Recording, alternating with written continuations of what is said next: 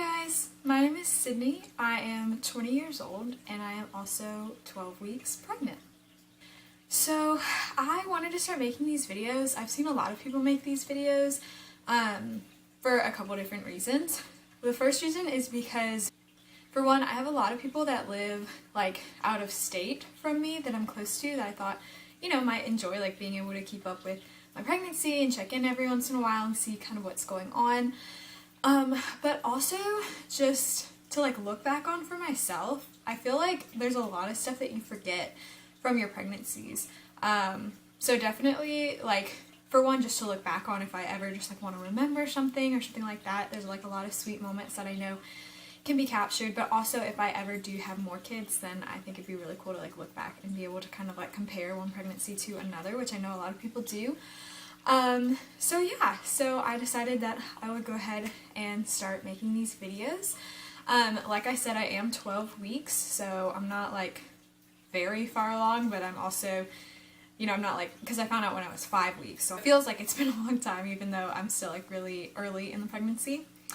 But yeah, so I guess I'll just go through in this video like some of the symptoms I've been dealing with, and stuff like that. So around 6.5 weeks, this is like the first like really bad symptom that I started getting, and it's something that's like completely been consistent throughout, all of these weeks, which is mainly food aversions.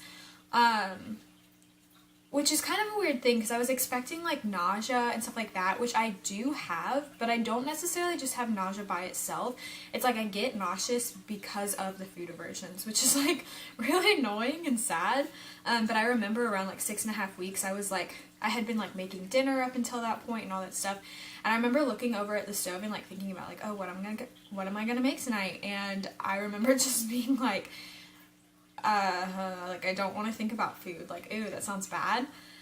And like the first couple weeks were really bad because it was pretty much anything, like all food, pretty much. There would be like very specific things that I would think about that I'd be like, okay, I can eat this, like granola bars were like one thing that I could always eat. Like crackers and like trail mix were always kind of, just like really bland stuff like I could eat without feeling sick, but for like anything that had any kind of like flavor or taste really made me just feel so gross. And it's funny because I remember like looking at videos like this and hearing people talk about food aversions and thinking like, oh, it just like doesn't sound good, you know what I mean? Like, oh, I get that, like, food just doesn't sound good. No, it's like, for me, it's worse than just being like, oh, it doesn't sound good. It's like it makes me physically like feel sick to think about it. And it's kind of evolved like over time. Some days it's better than others. Some days it doesn't necessarily make me feel sick. I just can't eat things.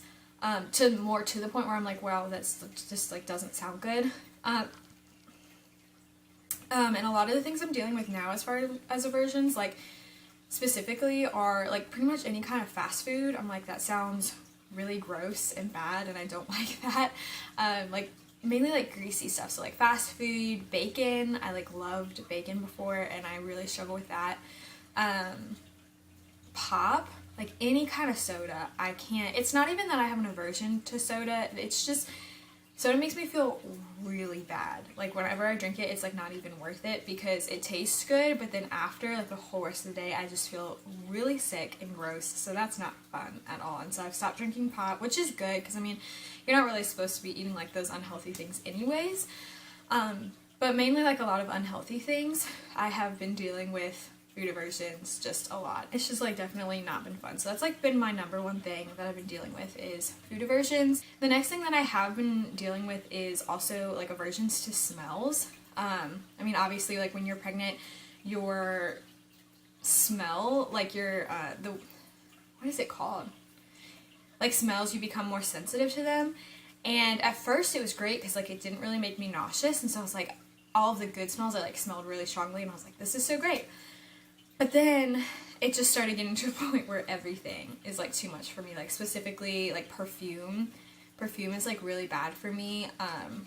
It's funny, my dogs, I have 2 dogs, and I've always loved the way that dogs smell. Like for me, like I think every dog has like a smell, and I've just always found it like comforting and like nice because I love dogs, but now it's like I can't even like lean over to kiss them. Like if I get like close enough to their mouth that I can smell their breath, I'm like, no, like not good. Like I feel so gross. So that's been another thing, is just, and then like certain foods, if they're like really strong smelling, I deal with that a lot, which kind of stinks. I also have not been sleeping very well. I've been like consistently my whole life like a really good sleeper. Like I go straight to sleep and I sleep all night, heavy, like a heavy sleeper, and then I wake up in the morning and I like feel good and I'm like good to go. It's really not been like that anymore. I have been on, and again, like all of these kind of vary from night to night. But when I lay down, if I'm not like just dead tired, which a lot of times I am because I'm pregnant and I get really tired pretty easily, but if I'm not like dead tired, I sit there and like I'll be tired and I'll want to sleep, but I just like won't fall asleep, which is kind of annoying because I've never dealt with like problems falling asleep. But then I'll finally fall asleep and I'll sleep like pretty much all through the night, and then around like 4:30 I'll wake up. And then I'll go back to sleep, and then around like 5:30 I'll wake up, and then around like 7:30 I'll wake up, and 8:30, and I'll just like keep waking up almost every hour until I finally just, it's like time for me to wake up. So it's kind of annoying because you never feel, like I know a lot of people deal with that just in everyday life, and it's like you never feel completely rested. Which like I said is kind of annoying because I need rest more than like anything now, and I just have a really busy schedule, so I don't really have time to like take a nap during the day. So I'm like, dang, I wish that I could like sleep well throughout the night so that I could feel rested for the day, and like have the energy, but it just like doesn't happen a lot. I'm trying to think of all the things that I've been dealing with. I feel like there's a lot of like little things. Every once in a while here and there I will have like acid reflux or heartburn, but like it hasn't been super consistent and it hasn't been super bad yet. I know that it'll probably get worse as time goes on, but it hasn't been like super bad. I have had also like weird dreams here and there, but I feel like that's not that uncommon for me. Like I've always dreamed really vividly, so I've had like a lot of those going on. Yeah, I think that's it for like the big main symptoms. Is like food aversions is the biggest thing, and then nausea like kind of goes hand in hand with it for me. I actually, oh, that's one thing, I haven't actually thrown up, just like physically thrown up. I have this thing, I literally have not thrown up since I was in 3rd grade, and I feel like my body has just like kind of forgotten how to throw up. I don't know what it is, but even when I get sick, like I never throw up. So I haven't thrown up this whole time because gagging is something that I deal with, which is like gross and probably TMI, but I haven't like straight up thrown up, but I will like gag sometimes and that whole deal, which is gross. Okay guys, so I do want to apologize if things like look a little different, like if I'm adjusted a little different, or if the lighting looks different, or the quality. I don't know what happened to my camera, but it kind of just pooped out on me, so I went and got my dad's camera, so I'm using that now. So I'm sorry if things look a little bit different because I'm just gonna like put the clips together, but I will try and have that figured out by next week because I don't know what the heck happened. But anyway, yeah, so I did actually, okay, so I'm 12 weeks and 2 days today, and when I was 7 weeks and 2 days, I got to go to the doctor for the first time, and I got to like see the baby. I got to go, obviously you go and you have to get like your blood work done and everything like that, but that's when you get the first ultrasound. And so I am going to show you guys pictures of that. So I think I'm going to like insert a clip or something. That's the first one right there. It's the most like zoomed out one. And then there's that one. You can see the little like pointer is pointing towards the baby, and the little circle is actually the baby's yolk sac. So there's the next one. It's just a little bit zoomed in. The next one, again, it's kind of zoomed in again. And even more. And then that is the last one. I have 1, 2, 3, 4. I have 6 in all. So that is the little baby. But yeah, so that's really fun. It was crazy. It was just so exciting to like see it. It's just a little teeny tiny blob, and I know by now it's like actually formed into something that kind of looks like a baby, but right, like when I got the ultrasounds down at 7 weeks, it looked like almost nothing.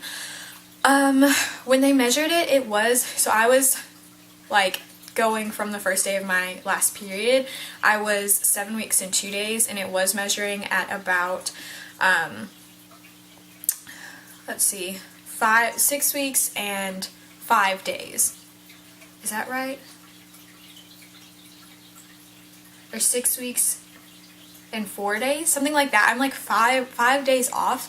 I'm measuring like slightly behind, but they said that that wouldn't affect my due date just because it's not more than a week off, which my due date is November 5th. By the way, I know I hadn't mentioned that yet, but yeah, so my due date is November 5th, and yeah, so that's really exciting. The heartbeat was at 124, which I've read that heartbeats, I mean, you know, you can have a healthy baby and it not be like exactly in this range, but I heard like the range that you kind of want it to be in is like 120 to 180, I believe, and so it was 124, so that's really exciting, and it was really cool. I couldn't like hear it yet or anything, but she told me that's what it was, so that was exciting. You could kind of like see it on the screen, which is cool.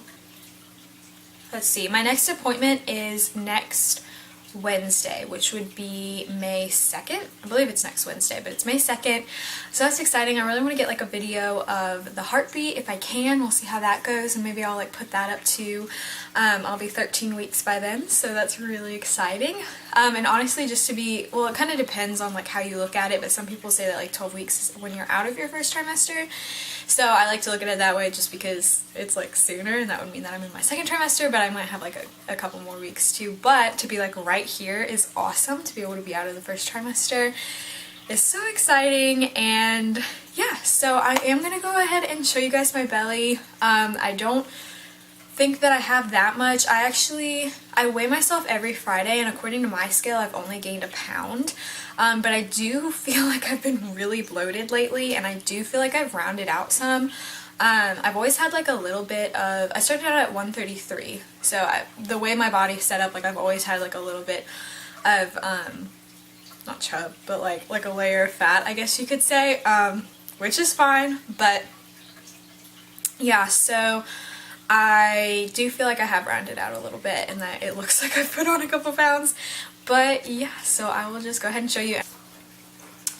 Okay, so this is my belly. I'm obviously just wearing this shirt today. My pants actually do still fit for the moment, although I can tell they're getting a little bit tighter in the waist, so I don't know how long that will last. But here is my belly. Here's with the shirt on.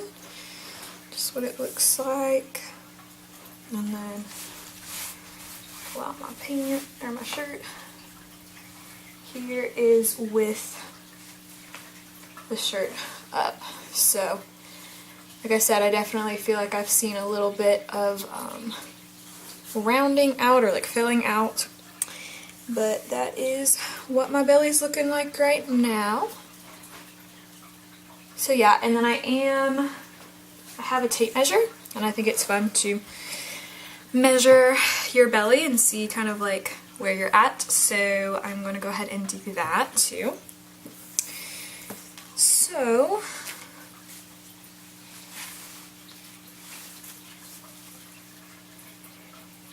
sorry if you see this is marks for my pants, but I'm just going to measure about right here, about right above my belly button. I'm not sure exactly where you're supposed to measure, but that's where I'm going to go ahead and do it. And it looks like I'm about right at 34, or maybe just a little bit above 34. So that's where I'm at this week, right there.